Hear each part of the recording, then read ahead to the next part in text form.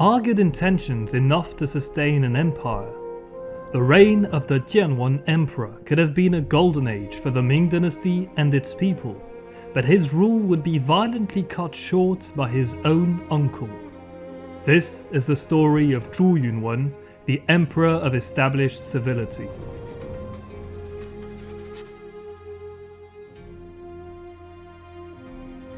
December 5th, 1377.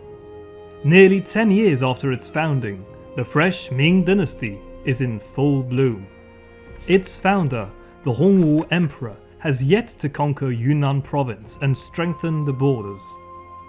In the forbidden city of Nanjing, Crown Prince Zhu Biao receives good news. His second son is born. No one yet knows that this child will one day succeed his grandfather, Hongwu.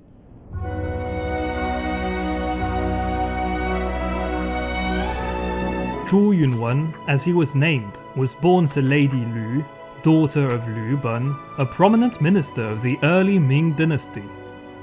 His elder brother, Zhu Xiongyin, however, died at the age of 7 in June 1382, making 4-year-old Jianwen the crown prince's primary heir.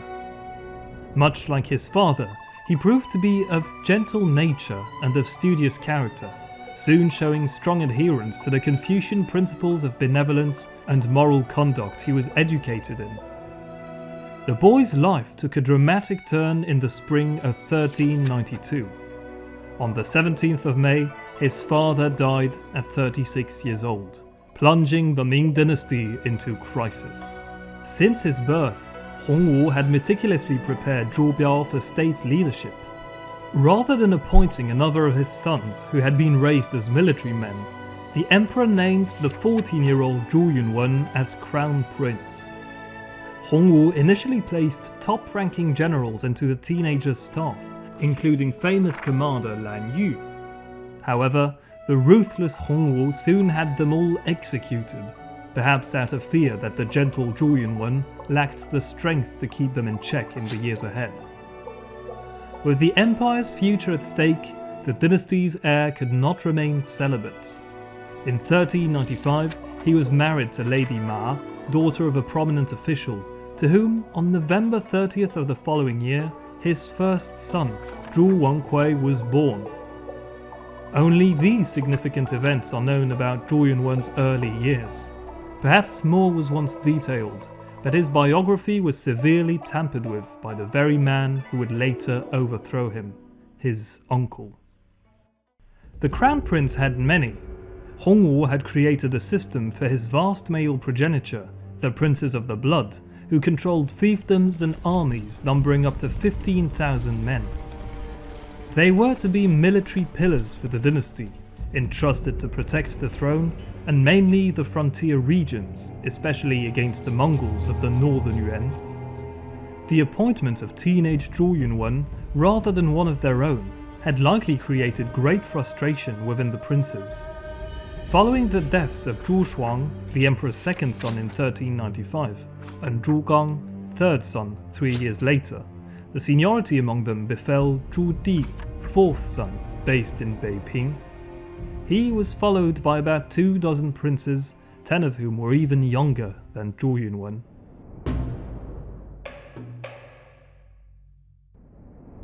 The Hongwu emperor, after 3 decades of rule over his empire, died on the 24th of June 1398. Jianwen's time as crown prince ended within a week.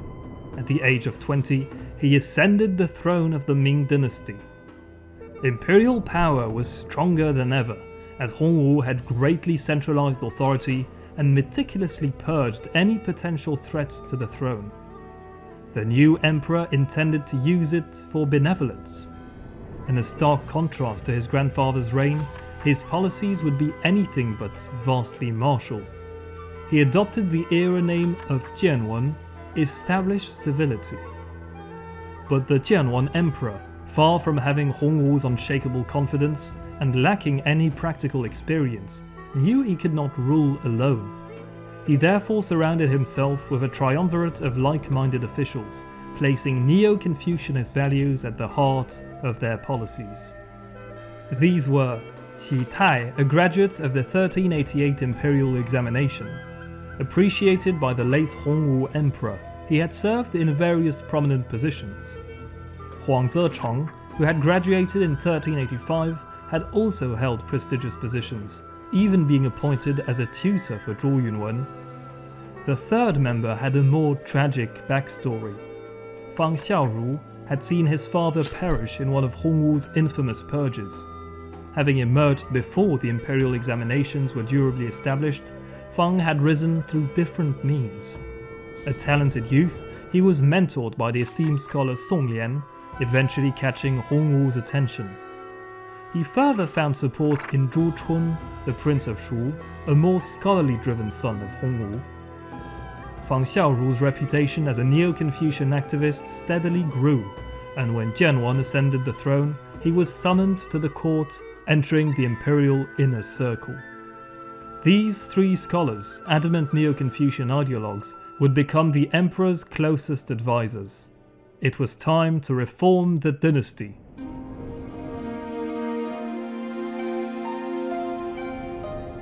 Wasting no time, Jianwen began to redistribute the executive authority that Hongwu had centralized. Empowered to enact policies, Qi Tai, Huang Zecheng, and Fang Xiaoru effectively became chancellors in all but name. Major changes in governance were to come. In a powerful symbol, the highest civilian officials were elevated to the same rank as the top military officers, a difference that had been implemented by Hongwu. To promote Confucian ideals and cultivate intellectual talent, the imperial court significantly expanded the Guozhejian, or Imperial University, and the Hanlin Academy, which hosted the elite literati. Some of them were recruited to advise imperial princes in their fiefs, essentially to gain influence over them. In parallel, the Ministry of Justice and the Ministry of Revenue were downsized to accommodate the changes. But some saw these reforms as a violation of Hongwu's legacy. Jianwen would now turn his attention to the law. Hongwu's extremely harsh legal policies, exemplified by the grand pronouncements, were immensely softened. Rather than outright redacting them, the court rendered their verdicts unforceable to avoid directly violating Hongwu's ancestral injunctions. Many captives, including political prisoners who had been imprisoned for decades, were released. Finally, tax inequality would be theoretically revoked. Some regions which had supported Hongwu's enemies during the latter's conquests suffered exuberant punitive taxes. Jianwen would work to put an end to such practices. However, the extent to which all these reforms was effectively carried out is limited. After a single year of rule, the imperial government would be in deep turmoil.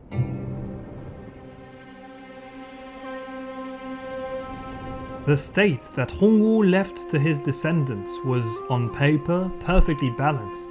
The emperor ruled the empire, while the hereditary princes of the blood provided military support in campaigns, defended the borders, and protected the emperor. However, despite being entrusted with powerful garrisons, the princes did not have total autonomy over their force and held no executive power. To further avoid any meddling with the court, they were strictly confined to their fiefs.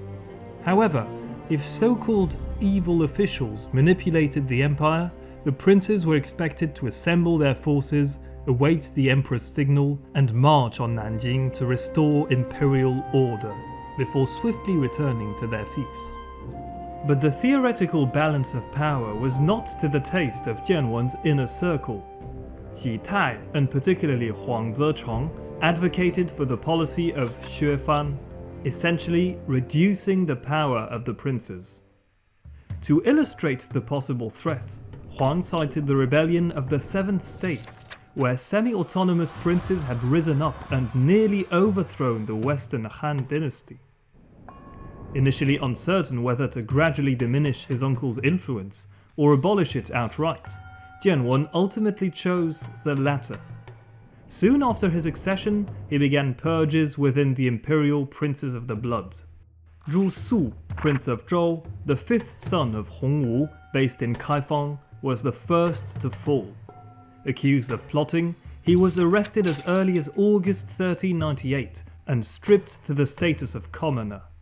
First exiled to Yunnan, he was later placed under surveillance in Nanjing. Hongwu's 13th son, Zhu Gui, Prince of Dai, established in Datong, fell in February 1399. For having reportedly violated imperial regulations, he was likewise reduced to the status of commoner and placed under house arrest. Next came Hongwu's 12th son, Zhu Bai, Prince of Xiang, based in Jingzhou. Rather than face the imperial wrath, the prince burnt his own palaces down and took his own life and that of his family in June. A few days later came the downfall of 7th son Zhu Fu, Prince of Qi, infeft in Qingzhou. Summoned to the capital on June 7th, the prince was charged with a variety of crimes, stripped of his titles, and placed under house arrest in Nanjing. Finally, 18th son Zhu Pian, Prince of Ming, in Kunming, followed in July. Facing a similar accusation, he was placed under house arrest in his fief. After a single year of reign, 5 particularly powerful uncles of the young emperor had been neutralized. It was now time to tackle the eldest, Zhu Di, Prince of Yan, in Beiping. The ambitious Zhu Di was by far the most powerful of the princes and harbored ambitions of his own. With 5 younger brothers stripped of their power, he realized it was only a matter of time before he faced a similar fate. Taking the initiative, Zhu Di had slowly strengthened his position, secretly allying with eunuchs within the imperial court. Eunuchs, historically important figures in imperial politics and palace affairs, had been barred by Hongwu from any political influence. Disavowed, they found support in Zhu Di, who in exchange gained spies in the court. He also enlarged his military power by incorporating surrendered Mongol cavalry into his guard. But the Prince of Yan was officially blameless. After all, 3 of his sons were held hostage in Nanjing, ensuring his subordination. Requesting their return, the prince claimed grave illness, then that he was losing his mind. Jianwen, possibly pitied or attempting to deceive Zhu Di into thinking he was not a target, conceded to release the prince's sons in June 1399. This decision would ultimately cost the emperor his life. The civil war, which Hongwu had made immense sacrifices to prevent, was about to break out.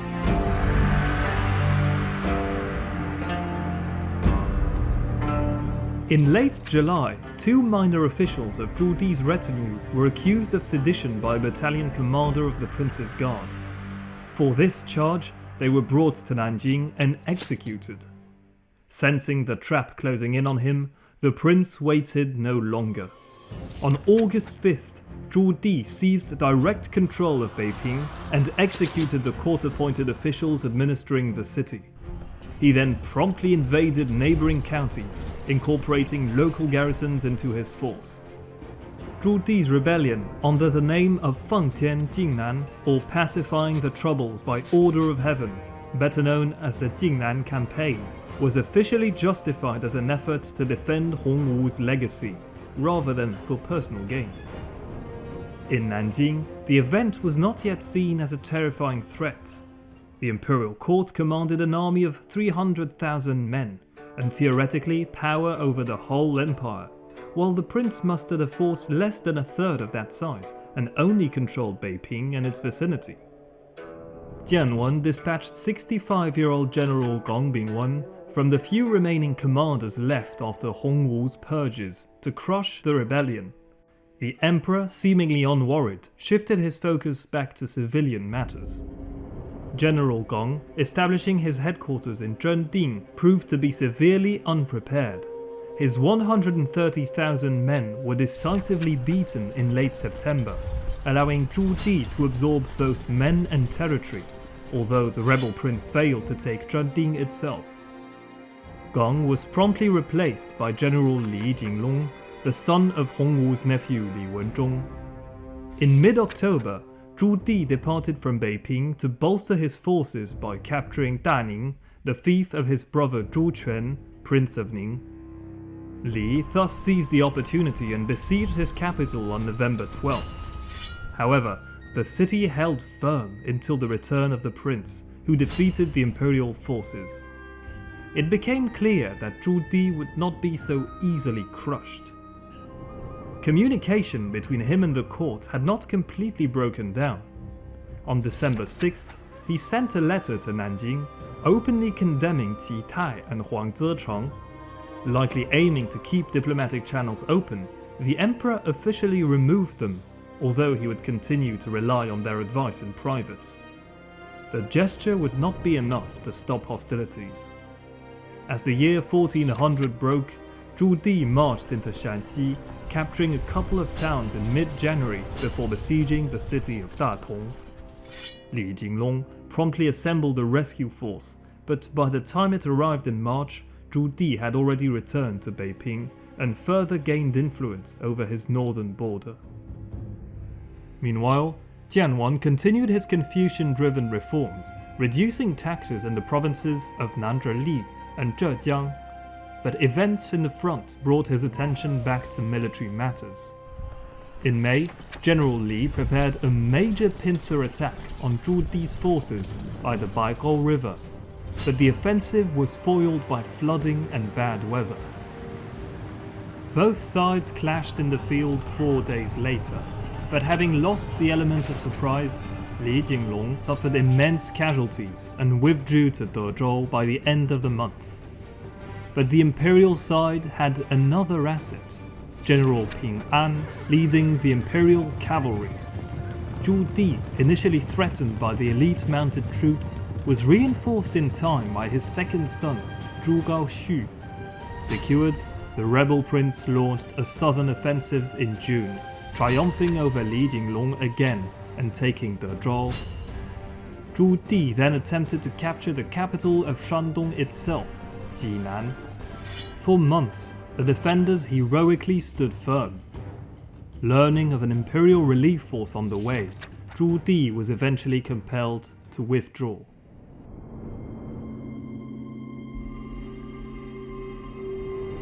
Over a year into the rebellion, Zhu Di had expanded his force and territory as the imperial commanders failed to stop him. Li Jinglong, having proven totally ineffective, was sacked. His position as commander of the pacification force was filled by Shang Yong, an officer who had distinguished himself so far. For the rest of the year, the Prince of Yan, helped by precious information leaked by eunuchs and other spies, launched guerrilla attacks and raids on imperial targets in southern Beizhili and western Shandong province. But the tide of war shifted once more in early January 1301. Shang Yong, markedly more competent than his predecessor, was able to secure the greatest victory so far for the imperial side after an intense battle at Dongchang. Amidst the chaos of gunpowder explosions and fire, Zhu Di lost many of his commanders and innumerable men. The prince himself narrowly avoided capture by Ping An's imperial cavalry and escaped to Beiping. The forbidden city of Nanjing celebrated the news, and Jianwen officially reinstated Qi Tai and Huang Zechang. But imperial enthusiasm would soon collapse. Zhu Di, having reorganized, launched another southern offensive. In early April, he decisively defeated Shang Yong at Jiahe, then the reinforcing troops of Ping An a few days later. The imperial side had lost the advantage again. A court faction led by Zhou Chang and Li Jinglong, advocating for peace, convinced the emperor to dismiss Huang Zechang and Qi Tai once more on the 17th of April. Taking their position, they advised Jianwen into diplomatic talks which would prove unsuccessful. Zhu Di pushed through. Strategically, he targeted the imperial army's supply lines, choking the headquarters at Dezhou and Zhending. His forces raided as far south as Zhangde, capturing its surroundings. As Zhending was soon on the brink of collapse, Ping An launched a raid on Beiping in late August to force the rebels to move. Quickly responding, the latter were able to drive him away the following month. In November, Zhu Di returned to his fief, bringing a temporary pause in hostilities. The civil war had now dragged on for 2.5 years. While Zhu Di had been driven back and his territorial gains were limited, his military might had grown steadily as he incorporated defeated troops into his force. Back in Nanjing, Jianwen sought allies beyond the Great Ming Empire, turning to the young Joseon dynasty in Korea, not yet a decade old. King Taechong supported the imperial side and granted his neighbour powerful Korean war horses. This import would have little influence in the conflict. Keeping an eye on civil matters, the Jianwen emperor improved fiscal justice. In August, he significantly limited tax-exempt land for Buddhist and Taoist clergy in Jiangnan, redistributing the seized property to the populace. A transient moment of joy took the imperial household in December. Empress Ma gave birth to Jianwen's second son, Zhu Wengui, but the imperial court did not have time to celebrate. The rebel prince was back on the march.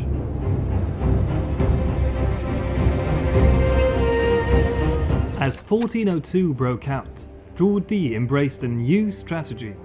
Rather than trying to capture strongholds and expand his territory, he would attempt a direct march on Nanjing. The prince's forces soon captured weak points in imperial territory in western Shandong. Although isolated, Zhu Di effectively choked the supply lines of the imperial army. In response, the imperial court entrusted Xu Huizu, the son of legendary general Xu Da, and Zhu Di's own brother-in-law, with leading a counterattack in February. But unable to stop Zhu, Xu was driven back. Pushing south, the prince reached Xuzhou on March 3rd, now standing less than 300 kilometers from his target. The threat to the throne had massively escalated. All imperial forces were recalled from the front to defend the metropolitan region. Around April, Zhu Di bypassed Suzhou and defeated Ping An's imperial cavalry sent from the city to intercept him. However, in a relief to the court, Xu Huizu finally achieved victory near Lingbi on May 23rd, dealing a major blow to Zhu Di's forces. Perhaps believing the threat mitigated and the situation back under control, Jianwen recalled Xu Huizu. But the weakened Zhu Di suddenly received timely reinforcements and wasted no time with a surprise attack on the city of Lingbi, exhausted by disrupted supply lines. Alongside the town itself, Ping An and important imperial officers were captured. This moment arguably marked Zhu Di's gain of the upper hand in the conflict. The imperial court's despair would immediately worsen. Within 10 days, Shengyong's forces on the Huai River collapsed. Descending unopposed, the rebels captured Yangzhou on the 17th of June, followed by Gaoyou. Zhu Di was now 100 kilometers away. Having likely ceded to panic, Jianwen desperately summoned Qi Tai and Huang Zechang back to the imperial court on the 20th. Staunchly opposed to the peace faction, the resolute officials advocated for a total defense of Nanjing, whatever the cost. The prince had to be stopped on the Yangtze. For a moment, it seemed like his offensive was finally contained, as the naval force deployed by Shengyong successfully stopped his attempt at Puzhou on July 1st. But a crucial event would doom Nanjing. 2 days later, Chen Xuan, commanding the imperial fleet, defected to the rebels' side. Thus, Zhu Di smoothly crossed the Yangtze. He now had an open route to Nanjing. For the imperial side, options were running out. On July 9th, Jianwen dispatched General Li Jinglong and Zhu Di's brother, Zhu Hui, Prince of Gu, in a desperate attempt to negotiate peace. But the rebel prince, so close to his target, had no reason to negotiate. The imperial court would have to make its stand in Nanjing. Unbeknownst to it, Li Jinglong and Zhu Hui were about to betray the emperor. On the 13th of July, Zhu Di's army appeared in the distance. Although the imperial capital was arguably the most defensible city in the empire, the enemy would effortlessly enter it. In this critical moment, Li and Zhu Hui opened wide the Jinchuan gate, allowing the rebels to flood in Nanjing. During the next few hours, a chaotic battle engulfed the capital city, during which the imperial palace was set on fire. Eventually, 2 badly burnt bodies found in the rubble were identified as those of Empress Ma and of the heir apparent Zhu Wenkui. Shortly after, an unrecognizable charred corpse was declared to be that of the emperor himself. The Jianwen era was over. 4 days later, Zhu Di ascended the throne as the Yongle Emperor. The 3 bodies were discreetly buried shortly after with minimal rites. Jianwen's surviving child, the not yet 1-year-old Zhu Wenkui, was imprisoned alongside other members of the immediate imperial family. He would spend his entire life under house arrest, only to be freed in 1457 at the age of 56, shortly before dying.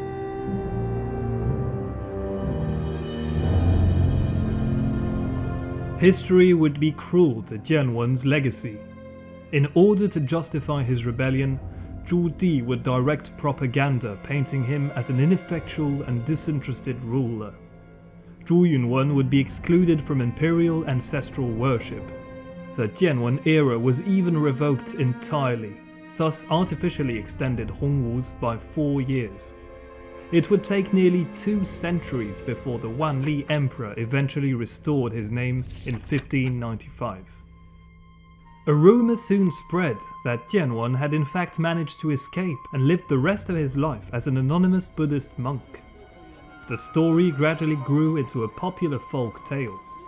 The idea of a benevolent ruler narrowly surviving his deposement against all odds may have offered hope to those facing hardships under an authoritarian empire.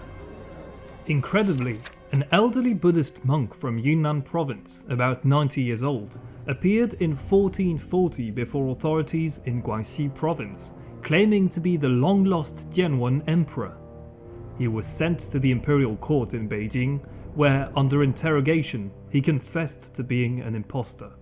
Imprisoned, he died 4 months later. Yet, the legend of Jianwen's secret survival as a monk persisted. Jianwen seemed to have genuinely tried to turn the Ming dynasty from an authoritarian state to a benevolent regime.